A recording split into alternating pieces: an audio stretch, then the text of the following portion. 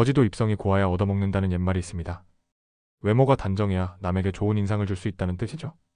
우리가 나이가 들수록 더욱 신경 써야 하는 부분이 바로 이 부분입니다. 단정한 차림새와 깔끔한 외모는 자신을 존중하는 태도이자 타인과의 관계에서도 긍정적인 영향을 줍니다. 흔히 옷이 날개다라는 말을 들어보셨을 겁니다. 사람의 외모를 꾸미는 것은 단순한 치장이 아니라 삶을 대하는 태도를 보여주는 중요한 요소입니다. 거지도 옷을 갖춰 입어야 음식을 얻어먹을 수 있다는 속담처럼 외적으로 깔끔한 모습은 사람들에게 좋은 인상을 남기고 삶의 질을 높여줍니다. 사실 옷차림과 관련된 속담을 찾아보면 70여 개가 넘습니다. 그만큼 우리의 삶에서 외모가 주는 영향이 크다는 의미겠죠? 아무리 평범한 사람도 멋진 옷을 걸치면 분위기가 달라 보이기 마련입니다. 의복이 단순한 장식이 아니라 사람의 태도와 품위를 나타내는 중요한 요소라는 점을 간과해서는 안 됩니다. 특히 나이가 들면 남녀를 불문하고 더욱 신경을 써야 합니다. 여기서 중요한 것은 비싼 명품을 휘감으라는 것이 아닙니다. 단정하고 깔끔하게, 그리고 자기 나이에 맞는 품위 있는 스타일을 유지하는 것이 중요합니다. 자신의 옷차림이 마음에 들면 하루가 상쾌하고 자신감이 넘치게 됩니다. 간혹 젊은이들의 패션을 따라가 보면 몸과 마음이 함께 젊어지는 느낌이 들 때도 있습니다. 바로 이것이 옷의 마법이죠. 그렇다면 나이가 들수록 반드시 피해야 할 옷차림에는 어떤 것이 있을까요? 첫 번째로, 낡고 더러운 신발을 신지 않는 것입니다. 신발은 단순한 액세서리가 아니라 그 사람의 생활 습관과 태도를 나타내는 중요한 요소입니다. 낡고 닳아버린 신발을 신는 것은 스스로를 소홀히 여긴다는 신호일 수 있습니다. 특히 신발이 더러우면 조심성이 없고 계획 없이 살고 있다는 인상을 주기 쉽습니다. 신발은 언제나 깨끗하게 유지하고 너무 낡았다 싶으면 과감하게 새 것으로 교체하는 것이 좋습니다. 두 번째로, 검은색 옷을 지나치게 선호하는 것도 피해야 합니다. 검은색은 안정감을 주는 색이지만 오행적으로 보면 휴식과 마침, 즉 죽음을 의미하기도 합니다. 과학적으로도 검은색 옷을 자주 입으면 심리적으로 우울해지고 기운이 가라앉을 수 있습니다. 흐린 날씨에 기분이 가라앉는 것처럼 색상은 우리의 심리에 큰 영향을 미칩니다. 따라서 검은색 옷을 입을 때는 반드시 밝은 색의 아이템을 함께 매치하여 균형을 맞추는 것이 좋습니다. 밝은 색상은 생기와 활력을 불어넣고 기분을 긍정적으로 바꿔주는 효과가 있기 때문입니다. 세 번째로, 늘어나거나 색이 바랜 옷을 입지 않는 것이 중요합니다. 옷이 늘어나거나 색이 바랐다는 것은 이미 그 옷의 수명이 다했음을 의미합니다. 이러한 옷을 계속 입고 다니는 것은 스스로에게 생기를 불어넣지 못하고 주변 사람들에게도 피곤하고 무기력한 인상을 줄 수 있습니다. 통수학에서도 생기 넘치는 옷을 입는 것이 중요하다고 합니다.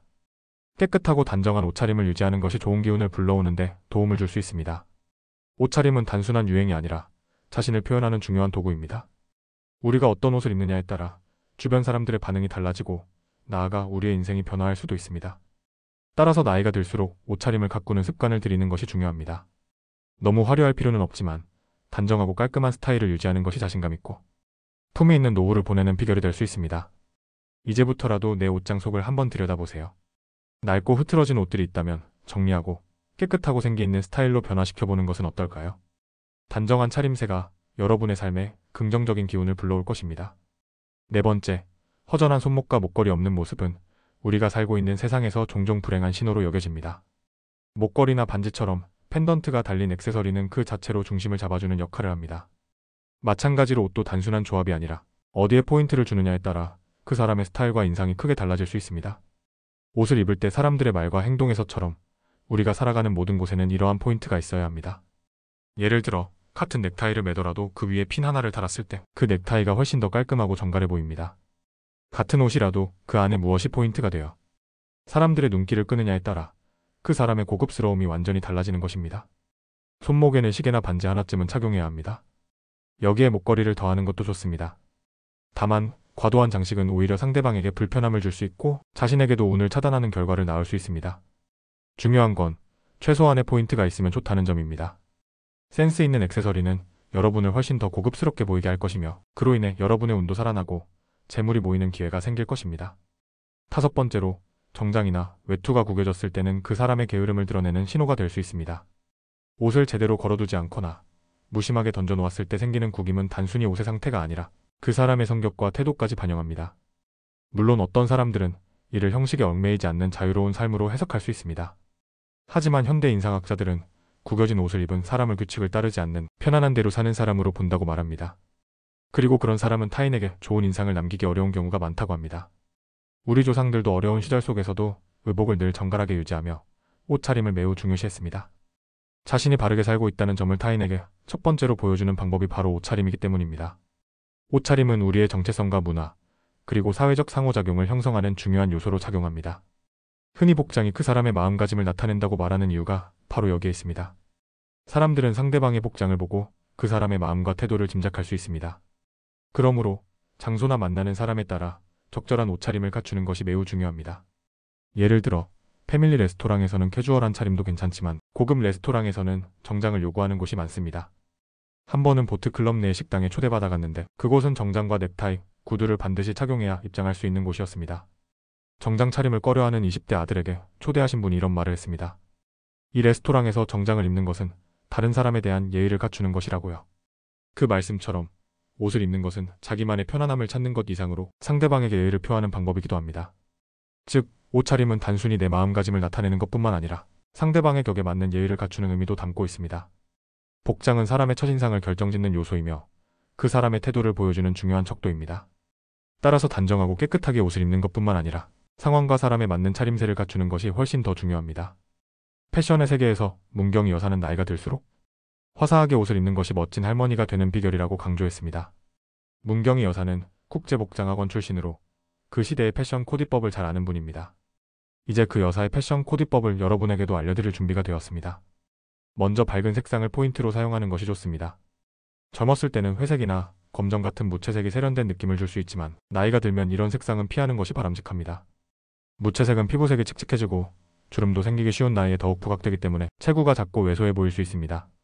이런 점에서 무채색은 전반적으로 무기력한 인상을 줄 수 있어 나이가 들어서는 피하는 것이 좋습니다. 대신 명도가 강한 밝은 색상인 주황이나 분홍 등 화사한 색상을 포인트로 활용하면 얼굴에 활기를 불어넣을 수 있어 더 젊어 보이는 효과를 줍니다. 두 번째로 바지는 되도록 멀리하는 것이 좋습니다. 나이가 들면 자연스럽게 자세가 구부정해지고 다리가 휘거나 벌어지기도 합니다. 이런 상황에서 바지를 입으면 다리의 굴곡이 그대로 드러나며 불편한 인상을 줄 수 있습니다.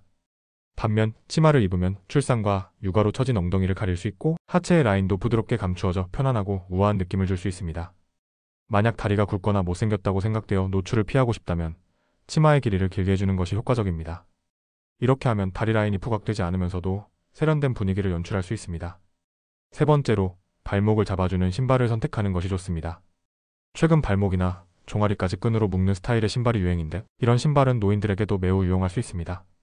발목이 약해지기 쉬운 나이에 발목을 끈으로 묶는 스타일의 신발을 착용하면 안정감이 더해져 걷는 데 도움을 줍니다. 샌들 중에서 뒷끈이 없는 슬리퍼형 신발은 발목을 지지해주지 않기 때문에 피하는 것이 좋습니다.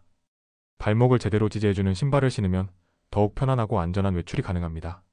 네 번째로 귀걸이는 피하는 것이 좋습니다. 실버 세대에게 귀걸이는 익숙지 않은 액세서리일 수 있습니다.